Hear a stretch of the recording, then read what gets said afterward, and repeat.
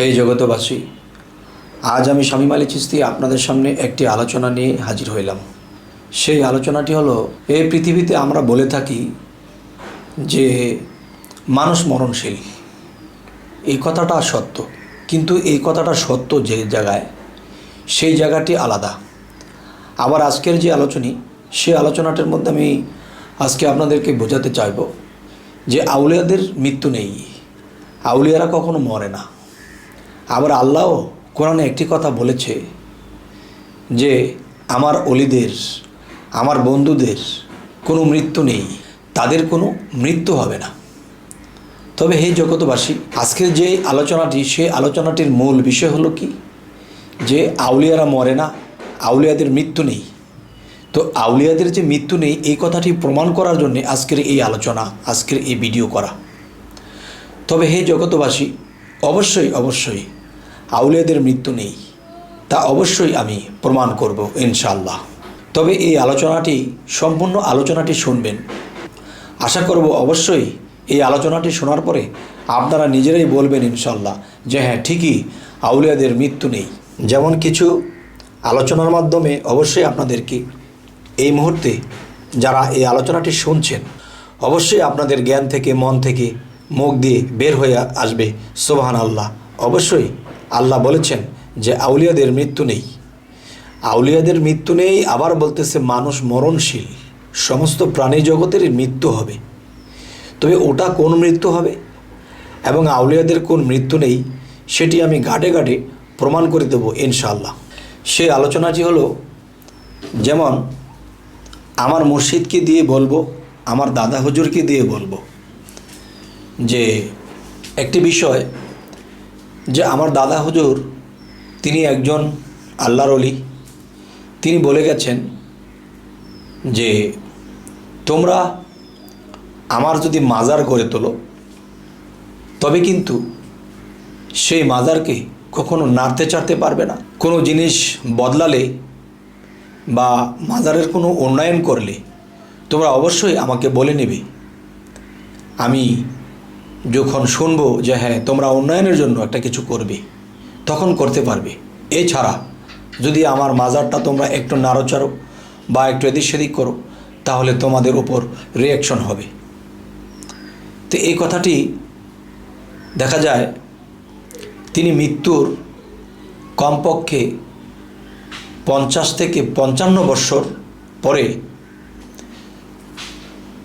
উনির মাজারটি যখন উন্নয়ন করার জন্যে, একটু সুন্দর করার জন্যে, যখন তার মাজারে গিয়ে বলা হলো যে বাবা, অলিদের মৃত্যু নেই, অবশ্যই আপনি আমার কথা শুনতে পাচ্ছেন, তখন কি হলো, তিনি বললেন যে আমরা মাজারকে উন্নয়ন করার জন্যে আমরা মাজারটাকে ভাঙব না, কিন্তু এর ওপর দিয়ে আস্তর করে আমরা সুন্দর করার চেষ্টা করব। এই অনুমতি নিয়ে তিনি কাজ ধরলেন। তো কাজ যখন ধরলেন, তখন কি হলো, যে দেখা যায় মাজারের একটি সাইড বা যে রওজার যে একটি সাইড একটু ভাঙার প্রয়োজন, ভেঙে এরপরে এটাকে সমান করে আনতে হলে এই জায়গাটা একটু ভাঙতে হয়। কিন্তু সে কিন্তু ভাঙার কথা বলেনি। তখন মাজারের মধ্যে যখন একটু শোরুমের মতো হলো, শ্রেণী হাতুর দিয়ে যখন কোপাতে শুরু করলো, তখন কি হলো, যে একটু শোরুমের মতো হয়েছে, আর ওখান থেকে আগুনের লটকা এসে সেই ব্যক্তিটি আহত হয়ে গেল, ছিটে অন্য জায়গায় পড়ে গেল, বেহুশ হয়ে গেল। তখন তাকে যখন জাগ্রত করা হলো, তখন সে বলতেছে, আমি যখন বেহুশ হয়ে পড়েছি, তখন তো এই আউলিয়া আমার সামনে দাঁড়িয়ে বলছে, এই তুই তো বলেছিস যে শুধু আস্তর করবি, এটাকে তুই ফটো বানিয়ে কেন? তাই তোর আজ এই সাজা হলো। তবে হে জগতবাসী, এ হলো একটি প্রমাণ। আরও একটি প্রমাণ, আমার মুর্শিদ আরশাদুল্লাহ চিশতি তিনি তার এক নাতিকে বলেছিল, কিরে নাতি, তুই তো বলেছিলি আমার তো সময় কম, তুই নাকি বায়াত হবি। তখন তো বলল, দাদা যে কি বলেন, এত তাড়াতাড়ি কি আপনার যাওয়ার সময় হলো? আমি তো এখনও সে বয়স হয়নি, আর একটু বয়স হোক। এই কথা বলে চলে যাচ্ছে। তখন আমার মুর্শিদ আরশাদুল্লাহ চিশতি সেই নাতিকে ডাকলো, এই শোন, হয়তো তুই আমার এই কথাটি অবহেলায় নিলি, আমার সময় শেষ, আমি চলে যাব। তবে তুই তো ঢাকা যাবি, ঢাকা থেকে এসে আমাকে হয়তো নাও পেতে পারিস। তবে জেনে রাখ, আমায় এসে তো আমাকে পাবি না, আমাকে দাফন করা হয়ে যাবে। তখন তুই, তোর যদি বিশ্বাস ভক্তি ঠিক থাকে, তাহলে সন্ধ্যার সময় তুই আমাকে সেই মাজারের উপরে বসা অবস্থায় পাবি, তবে কাউকে বলবি না। তখন নাতি সেই কথাটি অবহেলার সাথেই নিয়েছে, যে এটা কি হয়, দাদা নাতি যেরকম। নাতি ঢাকা চলে গেল। এর বেশ কিছুদিন পরে শুনে যে তার দাদা ইন্তেকাল করেছে, 15 দিন হয়ে গেছে, তার দাফন কাফন হয়ে গেছে এবং তার মাজার হয়ে গেছে। তখন সে বলল, আরে দাদা না আমাকে বলেছিল আমি মৃত্যুর পরে আমাকে সেখানে দেখতে পাবি, তবে আবার কাউকে বলতেও নিষেধ করেছে। তখন সে কি করলো, সেই মাজারের কাছে গেল। মাজারের কাছে যাওয়ার পরে তখন দেখতে পাচ্ছে কিছুই নেই, কাউকে দেখতে পাচ্ছে না। তো এদিক সেদিক চাচ্ছে, হঠাৎ করে দেখে মাজারের উপরে বসা। সুবহানাল্লাহ। বসে বলতেছে, কিরে নাতি, বলেছিলাম না আমি যে আর থাকবো না, আর তোকে কথা দিয়েছিলাম, তাই আমি রওজার উপরে বসে আমি তোর সাথে সাক্ষাৎ দিয়ে গেলাম। কিন্তু নাতি জেনেছে যে তিনি মৃত্যুবরণ করেছে।